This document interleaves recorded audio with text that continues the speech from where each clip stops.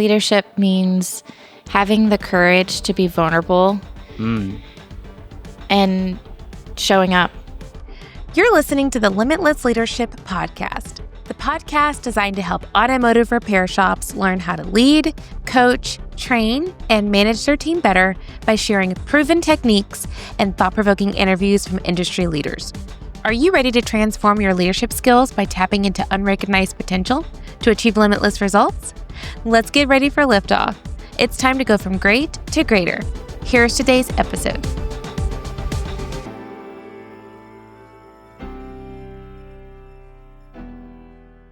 All right, folks, as you know, great leadership isn't about doing everything the best.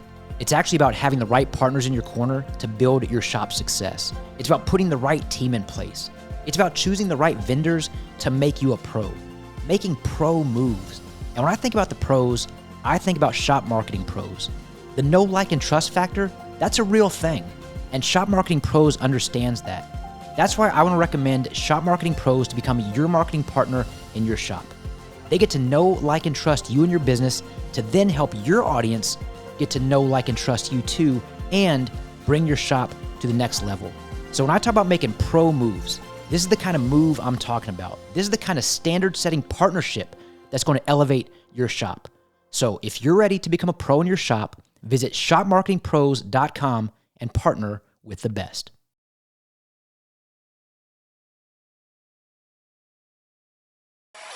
All right, everyone. Welcome back to the Limitless Leadership Podcast. We are here live on site at the ASTA Expo 2025 in Raleigh, North Carolina. We're having this event in the Raleigh Convention Center, and so we're right smack dab in the middle of this trade show. Before we get started today, as always, don't forget to like, comment, subscribe, do all the things you need to on social media to help this podcast reach people and build leaders. You know that's our mission, to reach people and build leaders. And speaking of leaders, I've got another great leader with me here today. This guest is the VP of Business Development at Tekmetric, and my friend, Amber Wright. Amber, thanks for being here. Josh, thank you so much for having me. It's a pleasure to be here, and it was so wonderful to start the day with your keynote speaker. Thank you. Thank you. It was incredible. So many good nuggets out of that. Thank you. Well, I appreciate that. It was great to give it, great to deliver it, and I'm excited to get into this episode. Amber, you and I have, I think we've known each other for maybe almost a year or so. Yeah. We've been following each other on social media, and so we got the chance to finally meet in person this weekend, and I've really been looking forward to interviewing you specifically because you and I share a lot of the same beliefs, the same values. And so we're going to talk a little bit about that today, but also what you do, how you do it. Yeah. So go ahead and share with the audience who you are, what you do, and how you do it. Yeah. Well, I have to say, for the first time we met each other was yesterday morning, like in person. We've known each other for a year. That's right. Socially, I love following you. I think your message is incredible, and I think I really appreciate what you're doing, but at the gym, no less. We had a great conversation super early. But I am Amber Wright. I am the VP of Business Development at Tekmetric. So I am leading a team that is responsible for really driving the mission and the expansion of Tekmetric in the industry through channel partnerships. So whether that be through associations, training companies, media, or with our partners like Advance, WorldPack, and such. So really making sure that we are out in the industry, boots on the ground, listening, showing up, and helping to drive mutually beneficial relationships with those in the industry. So it's really fun. Great. And so you are fairly new to Tekmetric, but you're not new to the industry. You're very well known, very well respected around the industry. Share with the audience what really your experience in the industry, what got you into the industry, and then also your journey to Tekmetric. Yeah. A unique background. So prior to the industry, so I have been in the industry for about almost 6 years now. I worked for another technology company, but prior to that, I was working for a NASDAQ company. I was running global events. So much like ASTA, like this event that's on, I was doing that for a NASDAQ company globally. So APAC, EMEA, and the US. My background's in psychology. And so at the end of the day, I know that what drives me is connecting people and being with people. I think it is why we are created. I believe that community is the most powerful thing, and being together. There are so many things that come and evolve from that. And so the evolution of my career has always been founded in people, right? I think that even in business, regardless of what you do, we cannot forget that it is people connecting to people and showing up. And so I transitioned to the industry and fell in love with it. I fell in love with the people. I fell in love with the dedication and the resiliency. I fell in love with people who work hard. It is a lost art. Yeah, preach. And I think that there is a lot to be learned from the people in these rooms and in shops. And I think that it is the foundation of the States. Like, I really do believe that we are breaking grounds, and it's pretty cool to be witness of. So I, transitioned about 5 months ago into this new role and new company, and it has been the most rewarding and challenging 5 months of my life. And what I can tell you is that it's because the leadership cares about its people and continues to push boundaries, just like we do with our technology. And, you should surround yourself with people and companies that want the best for you, even when it's hard. That very well said, by the way. And for those listening, if you listen to this podcast, if you know me, everything that you just shared, I mean, this is why I was so excited to interview you. I also believe that it starts with people. It's people before process. It's people before profits. It's the connection before the content, because ultimately connection creates engagement, and engagement is what increases performance. I'm really, first I'll say this, I'm very happy and excited for you personally to be with an incredible company like Tekmetric. They are also blessed to have you because of who you are and what you bring to not only them, but the entire industry. And we see the hard work and the resilience that you have in yourself, but also how you're doing it and how you're helping change the industry. And ultimately, that's what we're trying to do. I mean, we're on a mission, collective mission, to change the industry and reach people and build leaders. I appreciate the fact that you mentioned resilience and the people in this industry and the resilience that they have, because we all know that the automotive repair industry, quite frankly, has had a black eye on it for many years. There's a lack of trust historically with the industry. It's kind of known as, or it's maybe not as, it's certainly not as respected as it should be. I mean, here's the example that I'm thinking of as I say this.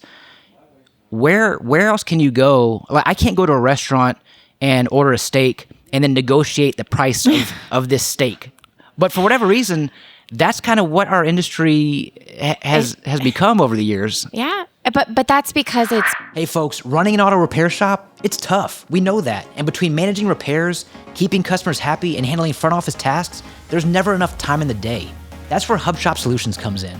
Hub takes the burden off your team by building fast, accurate repair estimates and handling extended warranties, so you can focus on what really matters, running a profitable, efficient shop. With Hub, you free up your team, you boost efficiency, and you increase profits. So sign up now and get free onboarding. Visit hubshopsolutions.com to schedule a demo today. Hub Shop Solutions. Unlock your shop's full potential. Been allowed. Yeah, correct. Right? We've allowed that to happen. You just had I'm even guilty of this, right? Holy cow, I'm super guilty of that because did you negotiate a steak over the weekend? Not a steak. Okay. Not a steak. My husband, gosh, I love you, honey. I hate going to the restaurant and his food is bad because I'm like, oh, this is not going to go well. He's super respectful, but it does just ruin. There's nothing worse than spending a lot of money because it's super expensive and going out to having a dinner and it's good. It's not good. So we just don't go out anymore and spend money like that. But no, but you're absolutely spot on.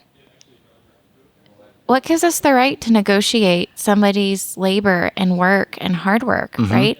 I was on a Jeff's podcast yesterday, and I think one of the things that it comes down to is it's a lack of knowledge.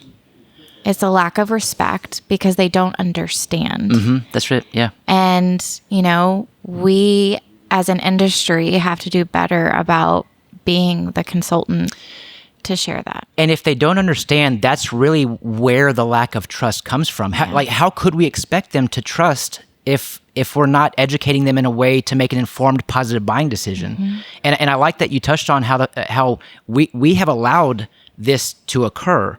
And this is where leadership plays a factor. This is where I like that you touched on the last 5 months for you have been the most rewarding and challenging at the same time, because the leadership does not allow or settle or tolerate for mediocrity. One of the quotes I shared in this morning's keynote is from Brian Wilson of the Beach Boys. Beware the lollipop of mediocrity. Lick it once and you'll suck forever. And which, it's funny. It's one of my favorite quotes, but the reality is, when you have good, effective leadership, leaders who care about you, people don't care how much you know until they know how much you care. Yes. So when they care about you, that means they're going to hold you accountable. Yeah. And there's a fine line between love and accountability, but accountability is a form of love. Yeah. And Tekmetric is an incredible organization with an incredible culture and incredible leaders amongst the entire organization who are going to continue to hold each other and themselves accountable. And that's where real growth happens. Yeah. Yeah. We are not okay with settling. And like, how cool is that to be with people who don't allow you to settle? Yeah. It is, I wake up every morning and I have changed. I've always had this in me. My mom, we're Irish Italian, like that. She's just a hard woman. She's really pushed me, but the concept of waking up every single day, and we talk about it, we start our Mondays, our weeks with a fundamental, and in every single meeting during that week, like, we are asked to talk about the fundamentals of like the guiding principles that bring us back to the reasons that we're doing what we're doing, like the why. At the end of the day, what is the why, and what is that 1% difference that you can make today? I had a leader who once told me, when you get stuck, it's just like as simple as putting one foot in front of the other. That's it. It's right foot, left foot. And I catch myself all the time. Amber, right foot, left foot. That's it. That's it. Go ahead. Sorry. When I run, I tell it's just right foot, left foot. Getting over that first mile really sucks. Yeah. It really, really is terrible. Your body feels heavy. I'm like, I probably didn't drink any water yesterday, and now I'm running. But again, it is all mental. It really is. We talk often with Limitless Leadership Coaching on leading the most challenging person we're ever going to lead, which is ourselves, and also navigating one of the toughest battles we will ever face, which is in between the ears, because it truly is this mindset that we have to adopt. I like that you're touching on the fact that it's just one step. For a lot of us, and I know you can relate to this as well, because when you left your prior company, can we say your Yeah. So yep. Yeah. So you were with AutoLeap before this, and when you left your prior company, it was a step of faith. And I personally don't typically use the leap of faith analogy, which there's nothing wrong with it, but here's why I don't. It's exactly what you just shared. It's one step. It's one foot in front of the other. When we look at here's the analogy I'll share. Let's say when I left my own corporate job, 2.5 years ago, jumped into this terrifying world of entrepreneurship. If I walked into a room and I could see from one end of the room to the next what the journey would look like in entrepreneurship, if I turned that light on, I could see all of those things. A lot of us wouldn't enter that room. Well, we'd say, you know what? I'm going to turn right around and go right back. It's a good Bible verse right there. That's right. Thy is the lamp to my feet. And yeah, so again, right? Like, if we knew what was out there, right? The light is right here. Yeah, that's it. Right? But if we knew what was on the other side, right? Then why do you need faith? That's it. Why do you need that, right? Like, we have to go to something. So, sorry I interrupted you. No, it's great. What is a lamp unto your feet and light unto your path? You go. Yeah. And so let's just say you enter the room and it's dark and you just light that candle, which is enough to take that one step, and then the next step and the next step. Because where there's fear, where there's faith, there's also fear, which is okay, because otherwise there wouldn't be a cause for faith. But the similarity between faith and fear is that they both lead in a future that hasn't happened yet. I love you said that this morning, and I just was like, wow, mic drop, Josh. Well, hey, I can't claim credit for that. That's something I learned years ago through my own through other coaches. But that was a very impactful statement that still sticks to me with me to this day, because it is so easy to get caught up in the fear. And here's something I'll share, I'm sure I've shared this before on this podcast, but humans have up to 60,000 thoughts per day. And studies show that 80% of our thoughts are negative and 90% of our thoughts are repetitive. So it's no wonder why we regularly experience stress and worry and doubt and concern, anxiety and fear. But fear is simply the false evidence appearing real. Yeah. And we will always find evidence in the things we believe. So if we naturally gravitate towards this fear-based mindset, how do we shift it? How do we change it? Yeah. So last August, I have Dave Marquardt, who some of you guys know, previous shop owner, wonderful friend. He lives a few miles from me. He gifted me with an experience of a lifetime. So he sent me to the Hoffman, which is out in California. It is a week-long retreat, basically like a psychological roller coaster, right? Like I just learned everything about myself. But one thing that they taught us there is that your mind actually doesn't know what's real and what is not real. It cannot tell the difference. And so we, like you said, live in this fear most of our life. And so really when people say what you put out there happens, right? Like, so if you exude fear, if you continue to live in that is what is going to be your reality, because your mind doesn't actually know the difference. That's it. And so shift that. It's the same thing that we hear with shop owners all the time. Like, the fear of change is prevalent in everything that we do in life. Fear of technology change, right? Why should I do that if I've, had a shop for 30 years and we've done it this way? I'm fearful of the time that it's going to take me to invest in putting this in. I'm fearful of the data going somewhere. I'm fearful of, losing my customer history. Like, those are fine fears, but we have, 15,000 customers, or less than that, but we have 12,000 customers who have done this and who are seeing success. Yeah. Trust in the process. You have to trust the other side. That's it. They go through what I call the J curve. So the J curve, it's the letter J, and you're starting on the lower end of the J. And our expectation is when I start something new, despite the fact that it's going to be different, it's going to be challenging, it's going to be awkward at first, it's going to feel uncomfortable, we want to embrace that discomfort because growth and comfort can't coexist. So what happens is we start on the lower end of the J, and we expect to go from the lower end to the higher end, which is this linear projection, but inevitably we're going to experience some kind of dip because we're changing things.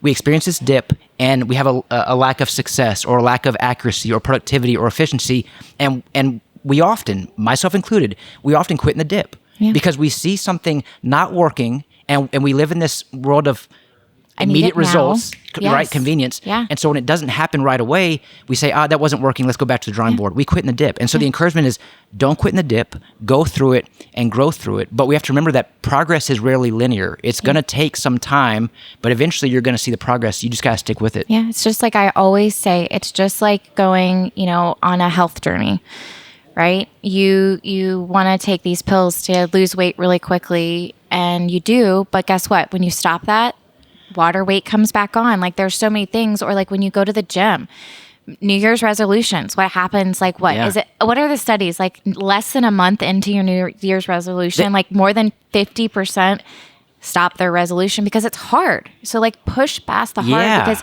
they stop because they don't see the results that they were wanting to see immediately.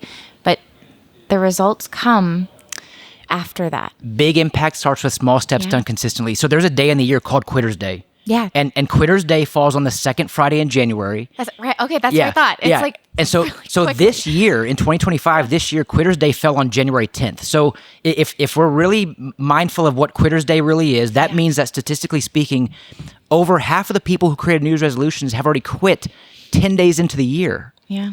And so a lot of us are this way, where we say, look, we come to a conference like this, get a lot of knowledge. There are world-class trainers here. There are incredible speakers here. There are incredible trainers, great coaches, great folks who can deliver a lot of great knowledge and information. But ultimately, knowledge without action is just information. And so what we say is, you know what? I'm actually going to do it this year. I'm going to new year, new me. I'm going to change everything. And we try to implement all of these things at once, but it's simply not sustainable. And so we fall back to our old ways and we fall on the Quitter's Day crew. So, I always, Sunil has been such a wonderful mentor. He was in Atlanta a few weeks ago and, we were just kind of like talking through as a leader, every single time I meet with him, what can I do to help you at the end of that? It's such a weird question to be asked by your leader of like, nothing. There's nothing you can do. I'm supposed to be doing everything, right? But we started talking and having a really serious conversation of like, we have all of these goals. We have to hit these numbers, it's a business, right? There's things that we have to achieve in order to keep going. And as simple as it was, he goes, what's the one thing that you can do to make an impact? One thing. If we got to the end of the year and you only needed to do one thing to drive a small impact, right? Like we just want to see it go a little bit up incrementally. What is that you can do?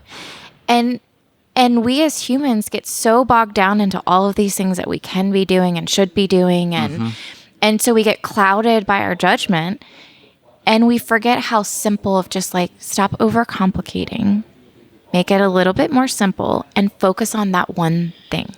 And it was just like, you're kidding me. Is that simple?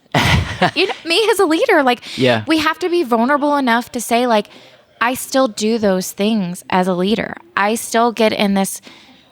Ultimately, it comes down to ego. It really comes down to ego. Elaborate on that. It comes down to, I don't want to fail. I don't want to fail others. I don't want to fail a leader who has trusted me. But at the end of the day, he's entrusted us because of the skills and he's seen something in us, right? But we feel and think that we have to be something other than that, right? And so we put on a facade sometimes, or we act like we have it all together when we don't. And that is actually our ego getting in the way of doing something. I love that you just shared this, Amber. I think that we connect through three ways, which is authenticity, humility, and vulnerability. And so if we're trying to connect, that means we can't let our ego get in the way. It's okay to not have it all together. I don't know anyone who has it all together. Trust me, if they had it all together, I'd be asking for a lot of advice because I definitely don't have it all together. So it's okay to not know all the answers. It's okay to not know everything. It's okay to not even be the most experienced or knowledgeable on your team. Ultimately, you as a leader, you're leading 20-ish people, correct, right now? About 12. Yeah. Okay, so you're leading a dozen people. Ultimately, the question that Sunil asked you is such a powerful question because all that shares with you is how much he does care about you. He's showing up. He's showing up. And my favorite quote from Maya Angelou, she says, I've learned that people will forget what you said, people will forget what you did, but people will never forget how you made them feel. 100%. And when you show up for your team members and you ask them these questions that don't warrant just a yes or no response, Sunil's question to you started with a what? What can I do to help you? What can I do to serve you? How can I lead you better? What obstacles can I remove in order for you to be successful? Such a good question. Those are questions that we can ask our team so that they know, hey, come hell or high water, Amber is here for me. Yeah, she's showing up. And that's the most important thing for a leader. Yeah. I think you asked those, like you were like, I'm going to ask 2 questions. I always ask those questions. And I think as a leader, it is so important to show up. Integrity is so important. And it's important to remember that we've all been, and everybody, like most of us have been in the shoes of our team. Yeah. And we can't forget the shoes that they are filling, because that is when you don't connect. That's right. And that is when you lose trust. That is when you start to see numbers fall, right? And I think, one of the things that I coach the team, like our team is out in the industry and they are in shops day to day. They're walking into shops that aren't using Tekmetric. They're walking into shops that are. And like, sometimes it's really hard, even as a company who is very well known, to walk into shops unexpected and unannounced, right? Like, it's uncomfortable. But to break barriers, you have to listen and you have to engage, right? I could come in with my own agenda and I want to I want you to be on Tekmetric because I know that you are going to succeed, right? You're going to see success. But if I forget the things in the middle, if I go from A to Z without stopping at G, right? I've missed very important key information on actually like the things that we need to help you solve. And you may not even know what we need to help you solve. But if I'm not listening, I can't pick up on those things. It's just like leading a team, right? That's it. If I am trying to push my agenda at the end of the day and I don't slow down to listen of potentially like in your day-to-day operations where there may be challenges that you're facing or things that you can't overcome, we're going to have the same results. It's the definition of insanity. And you're right. Yeah. You're right. Doing the same things over and over again and expecting the same expecting different results. In the book, How to Win Friends and Influence People by Dale Carnegie, what we know is that if there is any one thing anybody loves to talk about, it's themselves. And so you touched on how important it is to listen and engage. And when we think about communication, we often think, like if I were to say, hey, Amber, in one or two words, describe communication to you, you're likely going to be thinking about the words coming out of your mouth and not the words coming into your ears. That's just how we are. That's how we're wired. But listening is one of the most, if not the most important step to effective communication.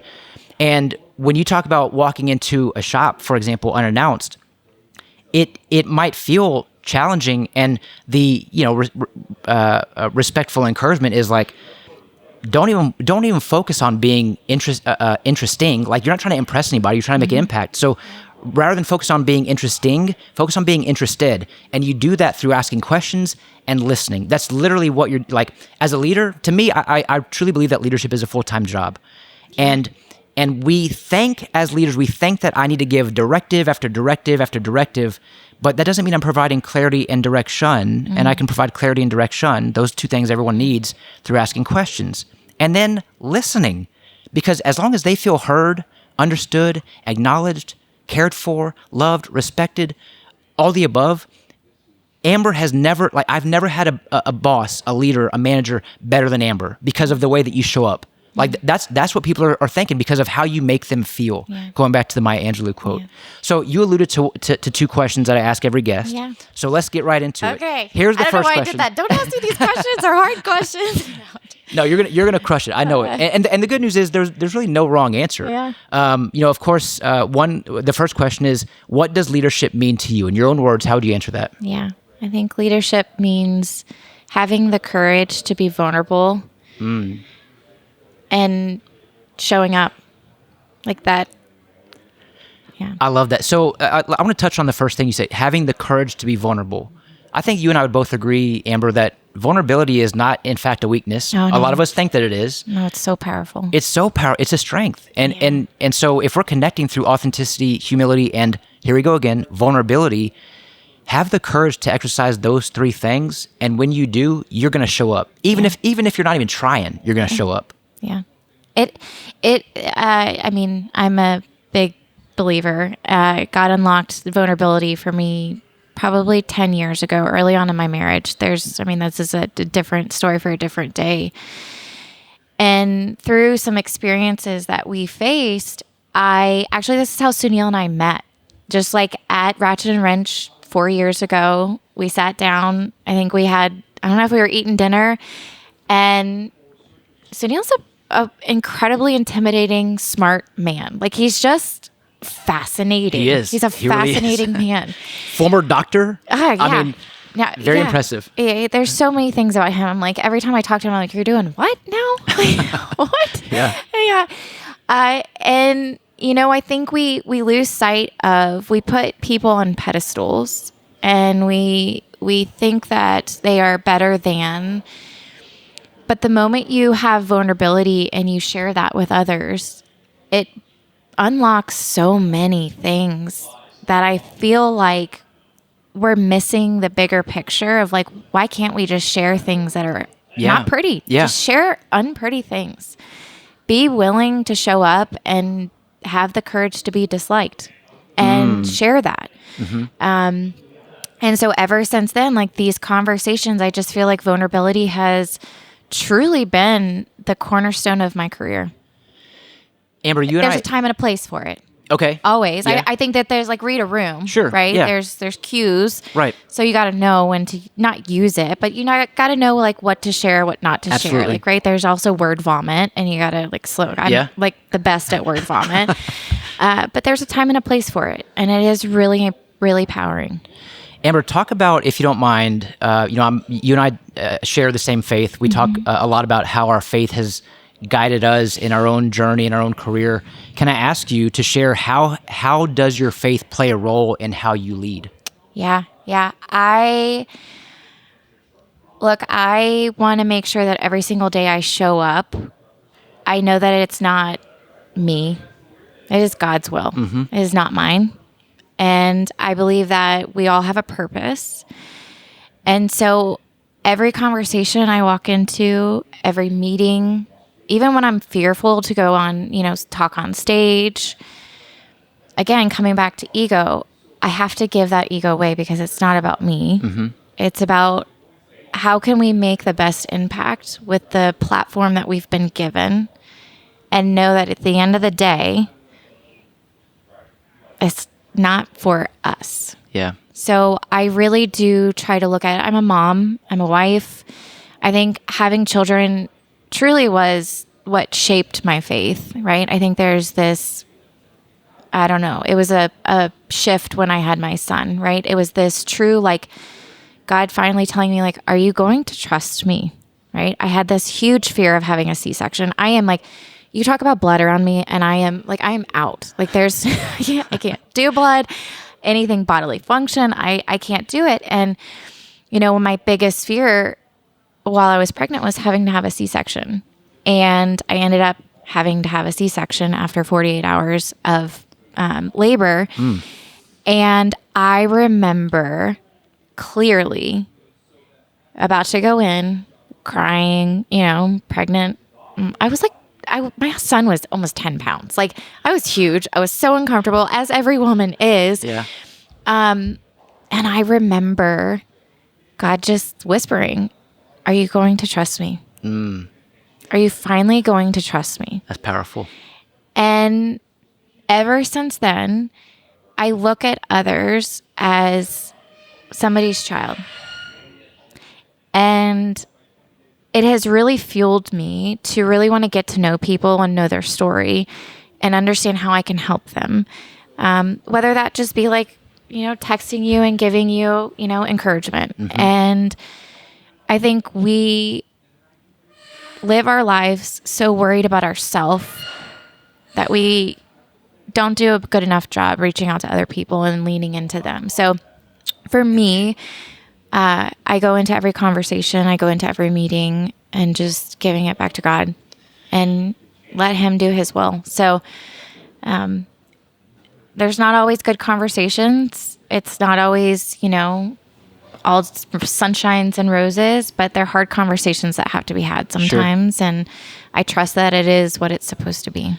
You're doing people a disservice by not sharing that information, whatever needs to be shared with them. Yeah. That's the accountability that we touched on earlier. I want to highlight and honor you for a moment, Amber, because one person this morning reached out to me before the keynote and sent me a text, and that was you, wishing me, just some words of encouragement and saying a blessing for me, and that meant a lot. Like, that really meant a lot. So I want to thank you, like, publicly. Yeah. Like that meant a lot to me. My second question I ask every guest, this is probably a more challenging one, and that is, what is the best advice you've ever received from a coach or a mentor? You asked me this before, and I had it, and I kind of already said it in our conversation, but have the courage to be disliked. Let's talk about this, because yesterday in the gym, so this is a book recommendation that Sunil gave you recently.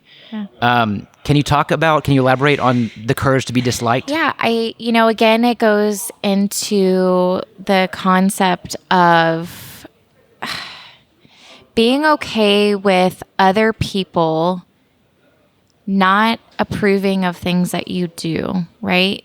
Not allowing it to have energy over your life. And being okay with just other people are going to live their life in certain ways, but that shouldn't change or affect yours. Yeah. Right. And, a lot of times we act because we think other people want us to act that way, or because it's the way that society tells us we should. And I think there's a lot of incredible leaders that you can follow that have pushed past what we think is the norm. And those folks have the courage to be disliked, right? Yeah. They have the courage to say, hey, the tenacity to have a vision and not lose that vision because of what other people think or say. Yeah, it's one of the things that as a leader you have to do, right? Like I, as a parent too, this is probably a better way to position it. I can't be my child's friend. Say it for the folks in the back. I mean, come on.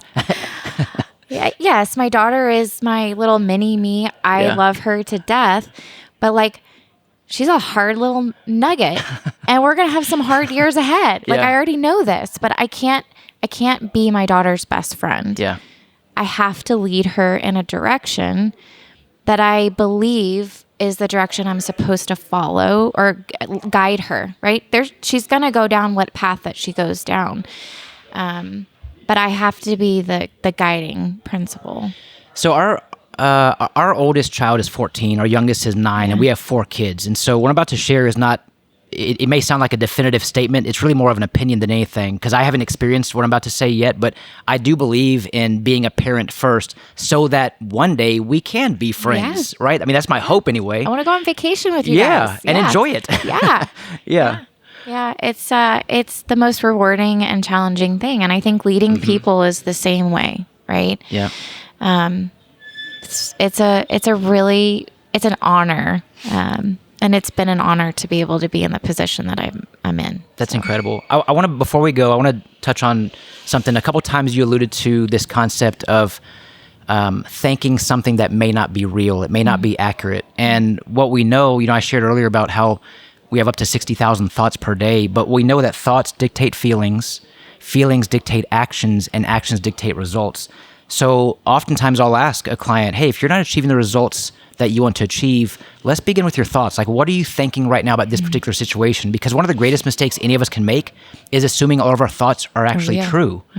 And so if we're not experiencing the results we want to achieve, then let's start dissecting and unpacking these thoughts. And that's why, quite frankly, Limitless Leadership coaching sometimes feels like counseling for some. But ultimately, we're working through one of the toughest battles we're ever going to face in between the years. Yeah. Okay, on the spot, Amber, before we go, I do have another question. Yeah. So I just asked you, what's the best advice you've ever received from a coach or mentor? What's the best advice you can give our listening audience? Oh, gosh. I need more coffee.